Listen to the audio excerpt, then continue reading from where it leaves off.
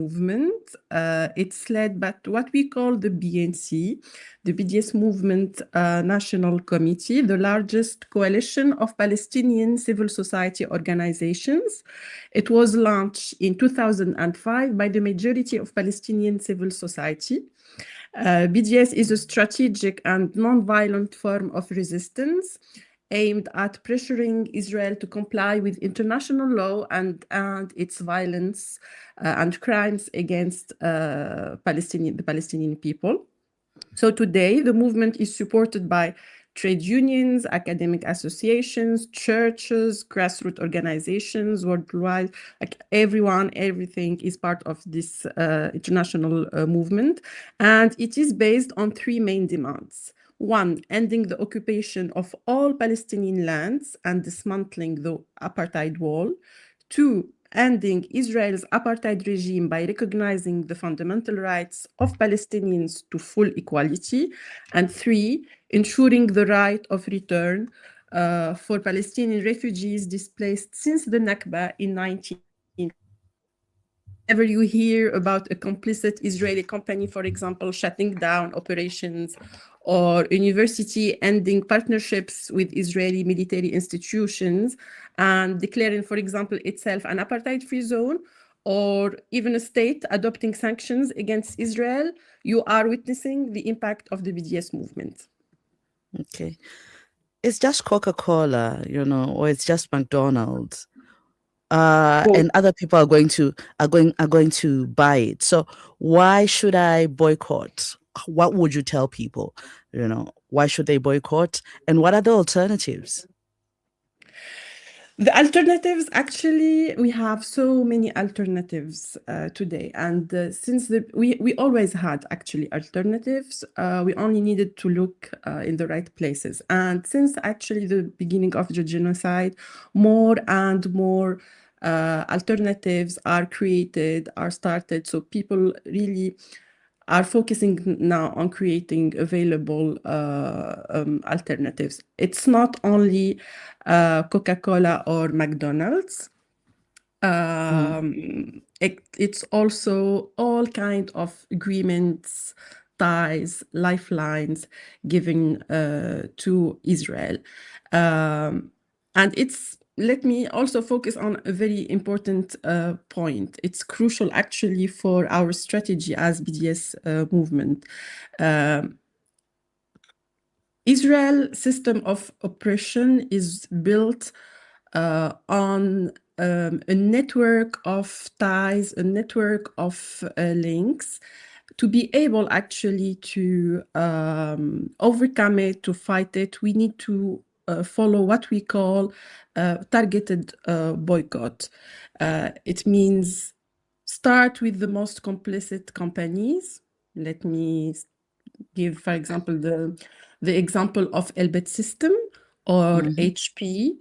We mobilize everyone, every trade union, every university, every student against HP, for example. We divest from it, we expel it from our spaces, our universities, and when it's done, we move to other targets. And this is the way we can make the movement strategic and impactful at the same time. So yes, boycott Coca-Cola and McDonald's, definitely.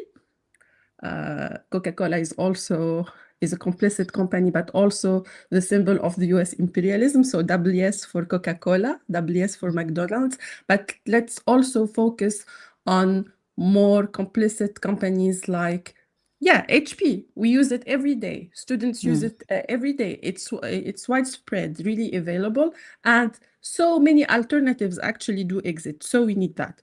In addition to that, we need to think boycott, divestment, and sanctions. And sanctioning. Yeah, we mobilize through boycott. We use divestment to cut lifelines, but we also pressure our governments, our international and regional bodies to decide sanctions. With sanctions, we can really isolate the settler colonial genocidal state of Israel. And it's not only about standing in solidarity with the Palestinian people, it is also a matter of ending our own complicity. When we decide, for example, to stop coal exports to Israel, Colombia just stopped coal export to Israel. This is a matter of stopping our own complicity, not only a matter of solidarity. It means aligning our policies to international law, African law, domestic laws state very clearly that we can't help contribute to any colonial project, to any apartheid project, to any crime, war crime, or crimes against humanity. So again, boycott, divestment, and make our Sanction. governments, decide sanctions to Okay, isolate. so my listeners are fired up. Where would they find the boycott, diverse, sanction list? On the website, on our social Okay. media, you have bdsmovement.net website. You can find what we call targeted boycott list. You have over like 20 companies, brands to boycott. You can also find many research explaining why we chose, as BDS movement, we chose these specific companies and targets. But we can also find all information about that on our social media, BDS movement. And you can, of course, use some trustworthy apps like Boycott. So it's not boycott, it's boycott. You can Boycott. use this app also to make sure that you are ethically consuming, ethically working with some companies, and ethically investing with others. And Samar, what do you say to a person who says, well, Samar, well and good, but what about the families of the people who work at that company? They have to pay school fees, they have to pay hospital bills, they have to eat, they have to pay rent. So if I boycott this company, it might close. So, is it really the most ethical thing to do? What do you say to that person? Actually, yes. Actually, yes. We are a movement aligned, as I said, with international law. We care a lot about labor rights, working class rights. When we call for boycott, it is to pressure the company to cut its own ties with the settler colonial state, with the genocidal state. For example, when we pressure HP, we are demanding an end to the collaboration between this company and the military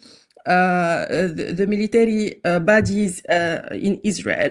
So we are not actually pressuring them to shut down or to fire the workers or anything like that, but not. We are actually demanding that they put an end to their own complicity. And this is the only ethical thing we could do. Also, workers and employees in this company can help us, can join the BDS movement. We have seen several solidarity movements from inside these companies in the US, in Europe, in many other countries, where workers actually pressured their leadership, pressured the company itself to cut relationship with Israel. So let's see it as a joint struggle, a joint resistance from us, from outside, but also from the workers from inside, then a fragmented struggle. Thank you very much, Samar. We will be back. We just need to go on a commercial break because we have to pay our bills. You are listening to Salam Media Live.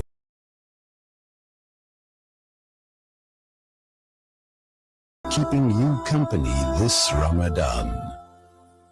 Many of us take an iftar meal for granted, but not everyone is as fortunate.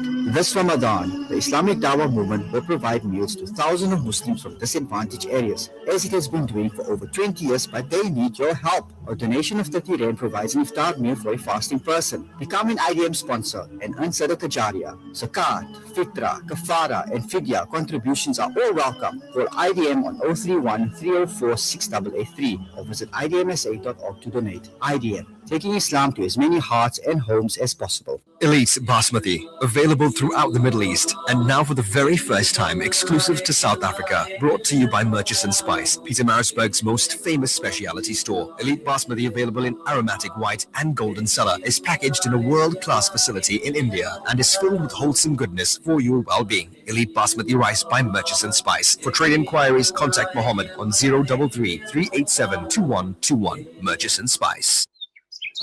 When the perfect blend of stylish decor, exquisite halal cuisine, and warm hospitality come together, it could only mean Al Bayt Lodge, your true home away from home. Al Bayt is the ideal heaven for families, business people, and tourists with its 4-star family rooms and other luxurious facilities. Conveniently situated close to Port Elizabeth Airport, the beach, and other amenities, your stay will be truly unforgettable, as you'll be taking home lasting memories of the warm hospitality, the serenity and tranquility that Al Bayt has to offer. For reservations, call 041 583 6415 or visit www.albaytlodge.co.za. Yasin Badat Financial Advisory. Are your financial goals feeling out of reach? Yasin Badat Financial Advisory is here to turn your aspirations into achievements. Our dedicated team, armed with a history of success, is ready to guide you through the complex nature of financial and investment planning. Whether you're a seasoned investor or new to the game, our personalized solutions cater to your unique goals and risk appetite. Trust in our commitment to transparency, integrity, and excellence. Ready to unlock a world of financial freedom? Partner with us today. Call Yasin Badat Financial Advisory at +27 33 346 2071 or visit www.yasinbadat.com. Yasin Badat Financial Advisory, guiding you to financial success. With Ashraful Aid this Ramadan, your zakat changes lives. It feeds families facing hunger, restores dignity to those in need, and brings hope where it is needed most. From food relief to essential support, your zakah reaches communities with care, transparency, and impact. Give with confidence, give with trust. Make your zakah count this Ramadan. Give your zakah to Ashraful Aid and help change lives today. Hey Gulam. Yeah? Did I return your lawnmower last month? No, bhai, you didn't. Oh no. Now what'll I do? I wanted to borrow it again, man. With Rendry Jewelers, you won't have to borrow or lend because the prices are so well trimmed on all gold and diamond jewelry. Alternatively, we could remake your old jewelry into a brilliant new design. Visit Rendry Jewelers at 151 Stevens Lamini Road, Musgrave, Durban. Rendry Jewelers, the family name you can trust. You are listening to Salam Media live from our headquarters in South Africa. This is Salam Media, keeping you company this Ramadan. And we're back with Samar Tlili, who is joining us from Tunis in Tunisia. And we are talking BDS. Samar, when we left off, I was about to ask you, has there been any success in BDS? You know, we don't want to fight a war where we feel we're going to be losing. Actually, yes. And this has been happening since 20 years, since the creation of the BDS movement. So I have in front of me a full list of BDS impacts. You can also find like the annual impact on our website. I am going to choose like 1 to 3 indicators Veolia, for example, was a French company active in Israeli settlements, and after years of BDS campaigning over its involvement in Israeli settlements, but also Jerusalem Light Rail, the company withdrew from these projects. G4S is another high-tech company. This very famous Norwegian government pension fund invested from several companies involved in settlement activity, academic, artistic, cultural boycott. So many institutions and so many places, governments also declaring themselves apartheid-free zones. But let me focus on the sanctions. South Africa, as you know, downgraded diplomatic relations with Israel. Bolivia completely severed diplomatic relation with Israel. Belize, same thing, suspended its diplomatic relation. Colombia suspended arms purchase from Israel and later broke diplomatic relations. And this goes on and on. Chile, Spain, Ireland, Norway, Turkey, Malaysia, Kuwait, several Arab states, etc. So as you can see, the impact is real. It is strategic. It might sometimes take a long time, like we talk about years of campaigning, years of mobilizing to get an impact. But this is also a strong enemy. We are facing not only a settler colonialist regime, we are facing the joint, like the global system. We are facing many Western colonial states. We are facing the US imperialism, the main ally of Israel. So it might take time, but the impact is certain at the end. And let's hope, I'm hoping now to very soon celebrate the end of coal exports in South Africa. From South Africa. Yeah. Inshallah, my sister. Inshallah. Now, how do we balance our boycott actions with pragmatism? And I'm thinking, as you well know, there's a kibbutz being built in Nakuru, Kenya, which is something that's happening right here on this continent, and as well as some countries that are complicit in sending weapons to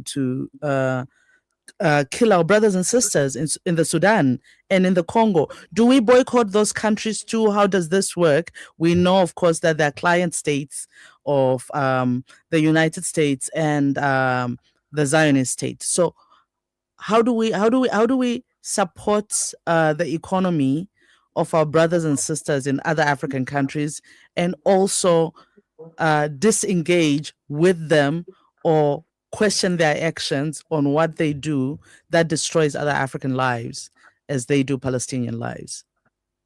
Thank you very much. This is a crucial question, and news coming from Kenya are really worrying. And there are many similar examples, actually.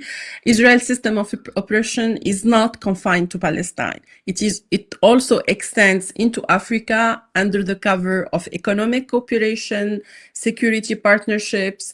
But in practice, Israel has contributed to fueling conflicts and interfering in political processes and profiting from our countries and African resources. So always under the cover of economic cooperation.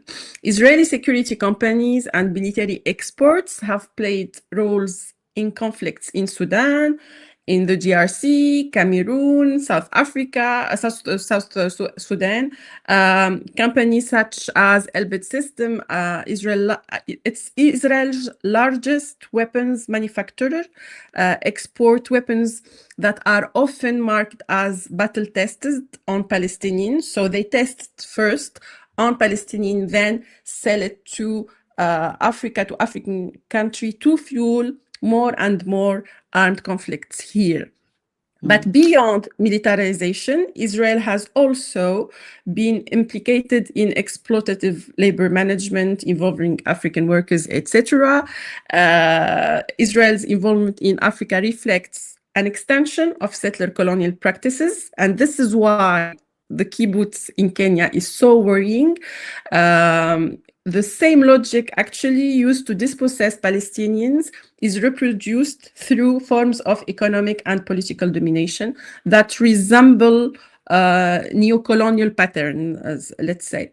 So these struggles are interconnected, and our responses must be interconnected as well. What they are doing is interconnected, and this is why we need to interconnect our resisting. Balancing boycott and pragmatism requires, as I mentioned earlier, a strategic approach. First, we protect our sovereignty by rejecting these partnerships, these agreements that legitimize or strengthen a system of apartheid and atrocities, etc., of land theft, of exploitation, of racism.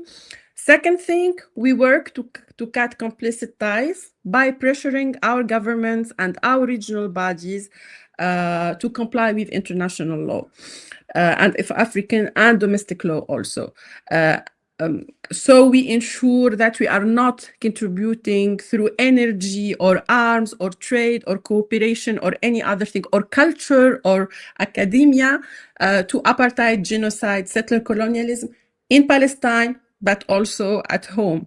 And third, we apply targeted boycott strategies, focusing first on the most directly complicit corporations and institutions, and then we expand campaigns more broadly.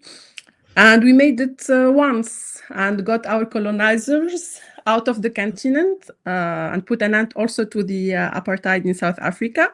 So with a strategic approach and with strategic solidarity, we will also put an end to this nightmare and finally see the Palestinian people free again, I hope. Inshallah. But Samar, do you think that beyond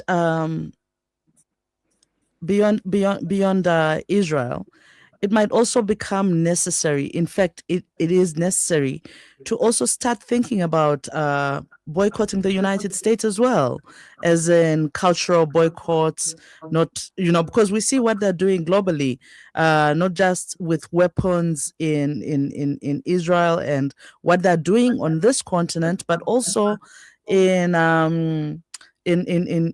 Cuba with the tightening of the blockade, as well as Venezuela.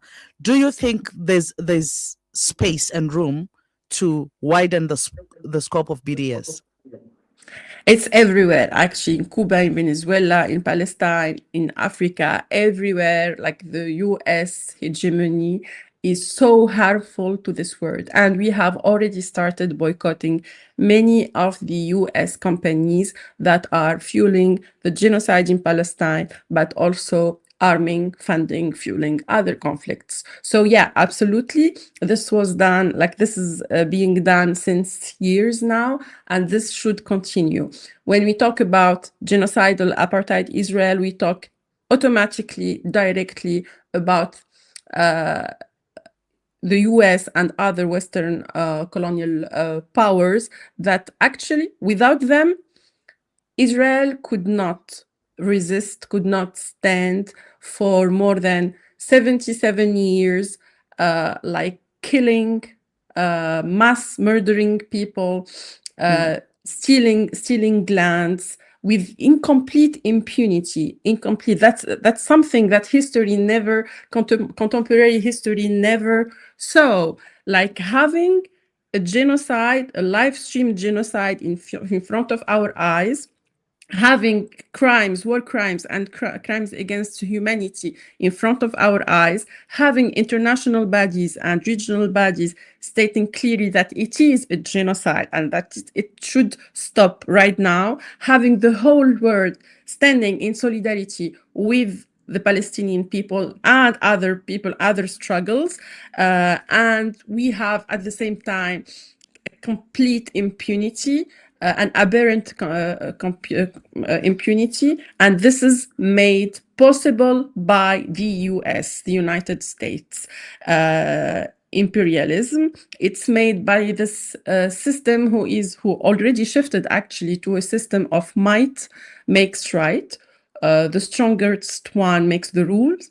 The strongest one is completely protected from any kind of accountability, and to be able actually to get back some reasoning, some balance to this world, to be able to protect people's rights. We need to put an end to that, and this happens through boycotting Israel as a whole settler colonial entity, by boycotting US companies, and by boycotting all other companies, whether from Europe, from Asia. Any complicit company should be boycotted now.